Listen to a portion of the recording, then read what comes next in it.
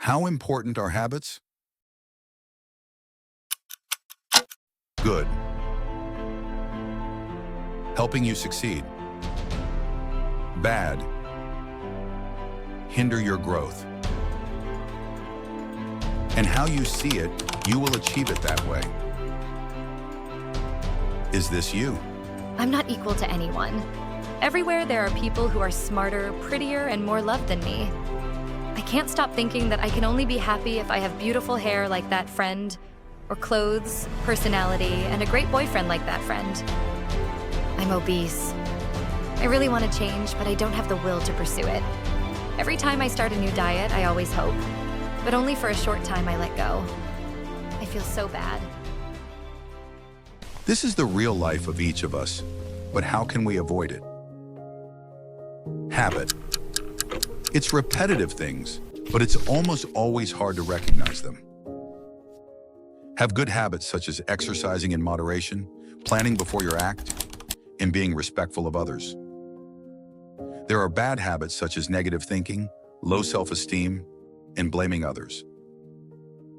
Some other habits are innocuous, such as taking a night shower, going to the gym to listen to music, reading the newspaper backwards from the last page to the cover.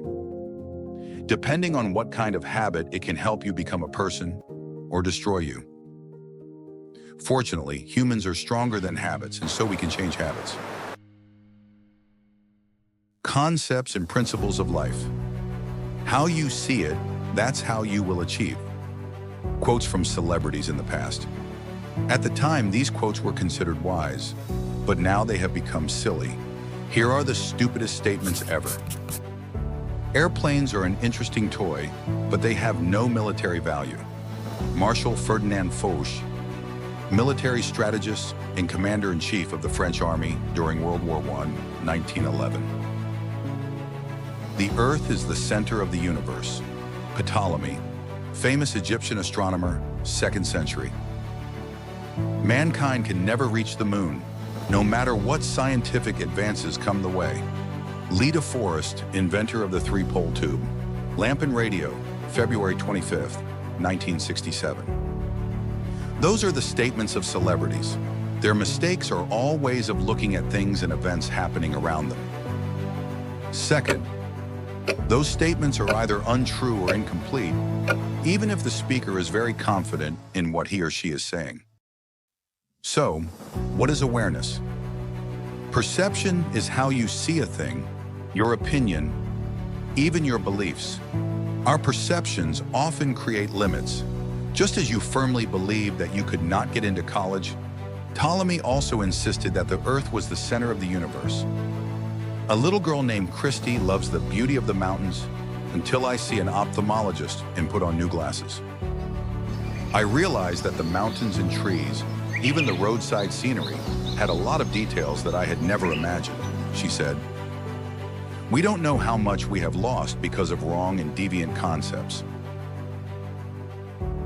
Self-awareness. Now stop the video and reflect. Does your awareness help you or hinder you? If negative self-perceptions limit your abilities, positive ones will give you good results. If you live in the world with glasses, I can do it, or I matter, you will have more positive power to do everything. So if my perception is distorted, what should I do to correct it? Talk to someone who trusts you and wants to do good for you. For me, my mother is that person. My mother always believed in and encouraged me. You can be the class president. Why don't you invite her out? My mother will be the one to clean the frosted glasses for me. Successful people often have such a mentor. That person can be your teacher, a friend, or your parents, siblings, or grandparents. It doesn't matter who one person is. The important thing is that you can find direction. Then you will see how a new pair of glasses can make a difference. But what if you have no one to lean on and need to act alone? Awareness of others. We need to be aware of others to avoid unfortunate mistakes. Looking at the problem from a different perspective can help us understand why others are acting the way they do. Often, we judge others when we don't have enough information to understand them properly.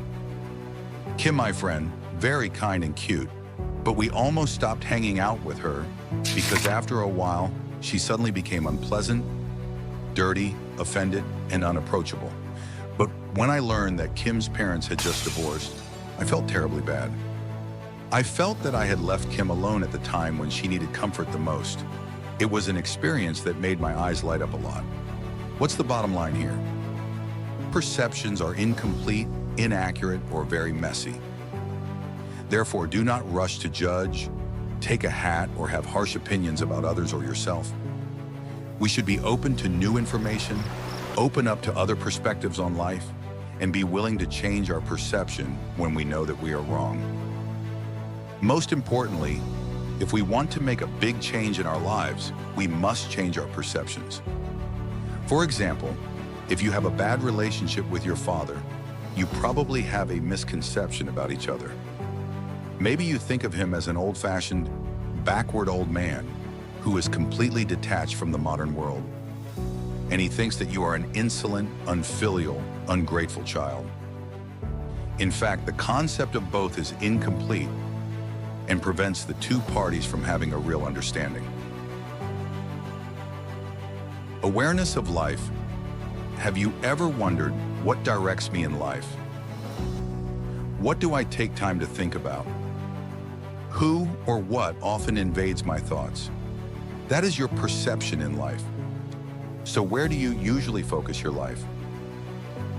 On friends, parents, material, sports, hobbies, jokes, heroes, enemies, self, work. Each has its advantages, but they are all incomplete in a different aspect. Put the focus on friends. Friends are important, but don't see them as the only hub. Why? Because they are fickle. There are also times when they speak ill of you behind your back or have a new friendship and forget about you. Moreover, if you define yourself by being accepted by your peers, there will come a time when you have to put aside your own standards just to fit in. Make as many friends as you can, but don't make that the foundation of your life. It's an unstable foundation because both they and you will change. Putting the emphasis on matter. There's nothing wrong with achieving results and enjoying them, but never put the emphasis on life over material things. In the long run, the value will be lost. If I define myself by the things I have, then who am I when I don't own them anymore? Putting an emphasis on learning. Learning is essential for our future, and it's not wrong to prioritize it, but don't overdo it and let those titles dominate your life. The real purpose of learning is knowledge, not titles. Putting the focus on parents. Start living for yourself instead of running after your parents' recognition. If you stubbornly chase those things, it is like destroying yourself. In the past, when I struggled to live by my parents' standards, I always had to pretend to be strong, but now I am actually stronger. Put your focus on yourself. Many people take themselves as the focus. They think that the whole world revolves around them. They are so focused on their best friend's worries that they can't see the suffering of everyone around them. The best way? Focus on the principles of life. The principle of gravity.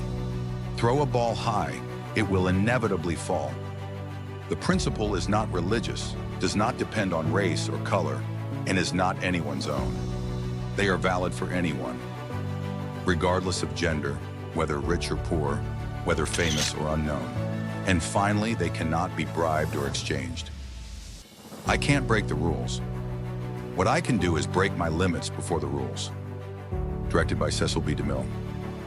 When you put the principle of life at the center, every other focus will be nurtured. Today, decide whether you will make living principles the center of your life, or you will forever wear distorted conceptual glasses. Thank you for watching this video through. If you find it interesting, click the like and subscribe button to watch the latest videos from you. Thank you, and see you soon.